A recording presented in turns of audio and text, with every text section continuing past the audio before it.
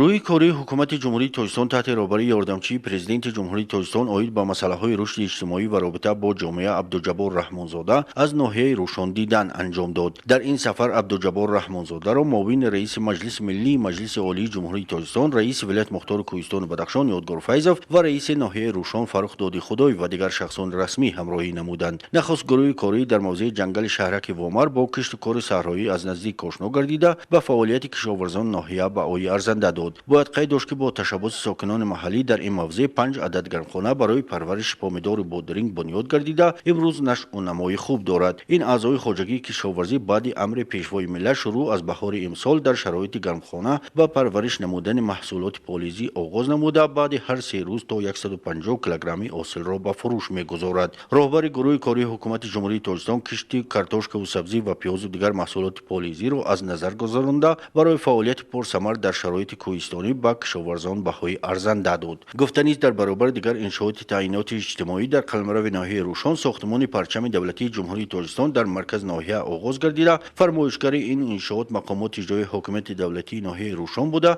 پیمانکار ساختمان جمعیتی دارای مسئولیتش محدود اینوستروی بوده. مبلغ خرجناموی این ساختمان زیاده از 600,000 سومانی را در بر گرفته. قرار است که در پیشروی جشن ملی در مرکز ناحیه روشن شهرک وامر پرچم دولتی جمهوری تاجیکستان بر افراخته خواهد شد. با مقصد به ترتیب در آوردن یگانه فرودگاه هوایی ناحیه روشن گروه کاری از این محل دیدن به عمل آورده به مسئولین فرودگاه جهتی از علف تازه نمودن میدان هوایی و به ترتیب در آوردن بنای معمولی سفارش‌های قطعی دادند. گروه کاری حکومت جمهوری تاجیکستان از ساختمان مؤسسه تحصیلات میانه عمومی رقم 9 به نام آتنبیک کلچیبک و ناحیه روشن دیدن به عمل آورده. معلوم گردید که ساختمان بنای این مؤسسه تعلیمی برای 640 جای نشست پیش بینی گردیده از 40 سیمخانه، مجلسگاه، تالار ورزشی، کتابخانه، آشخانه عبارت می باشد. فرمایشگر این انشاءات دیرکسیون ساختمان انشاءات حکومتی دستگاه اجرایی پرزیدنت جمهوری تاجیکستان بوده. پیمانکار آن جمعیت دارای مسئولیتش محدود امیر حمزه می باشد. در اینجا ساختمانچیان از شهر دوشنبه، ولایت ختلان و زادگان ناحیه روشن و کارهای ساختمانی مشغول بوده. در نظر است که این انشاءات تا جشن 30 سالگی استقلالیت دولتی جمهوری تاجیکستان مورد بهره برداری قرار داده می شود. کارهای ساختمانی در این پروژه سال 2017 هم آغاز گردیدند. در مرکز ناحیه در برابر دیگر انشاءات تعیینات اجتماعی ساختمان بنای فیلیال رقم 71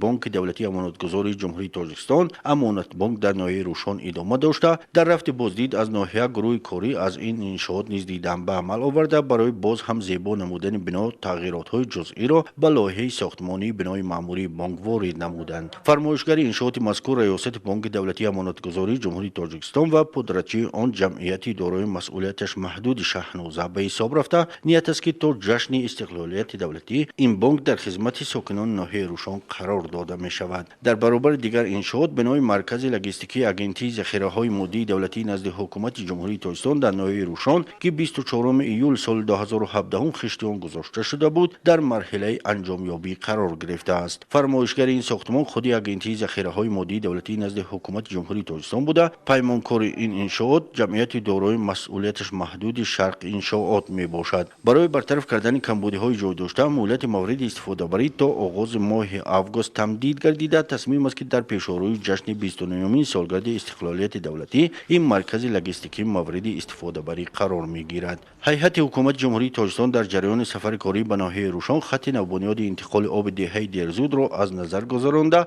برای فعالیت ثمره بخش ساکنان دههای دیرزود و برزود که در ساختمان این خط کوشش و تلاش شبانه روزی را به خرج دادند اظهار منتداری بیان گردید. درازی این خط آبگذر نزدیک 8 کیلومتر بوده. آن از حساب رودخانه شهرک وابر با مساعدت و دستگیری برنامه جانبداری انکشاف اجتماعی مناطق کوهستان بنیاد آقاخان با سرمایه 320,000 سومانی برای شاداب نمودن 400 گکتار قطعه زمین‌های نزد حولگی و خواجگی‌های دهقانی دههای برزود و دیرزود ساخته مورد بهره برداری قرار گرفته است. ساختمان این انشاءات ماه نوامبر سال 2019 هم آغاز گردیده. فرمایشگر آن برنامه جانبداری انکشاف اجتماعی مناطق کوهستان بنیاد آقاخان و با قوه اهل جماعتچگی ساخته و مورد استفاده قرار داده شده است. بعد بازدید از انشاءات جشنی ملاقات کاتب شورای امنیت جمهوری تاجیکستان محمودزاده نصرالله رحمت جان و رئیس ولایت مختار کوهستان بدخشان یادگار فیضов با فعالان ناحیه روشن برگزار گردید. در رفت ملاقات مسائل های وابسته به رشد آبادانی و سازندگی و وسعت جریان کارهای ساختمانی ابراز نظر کرده شد.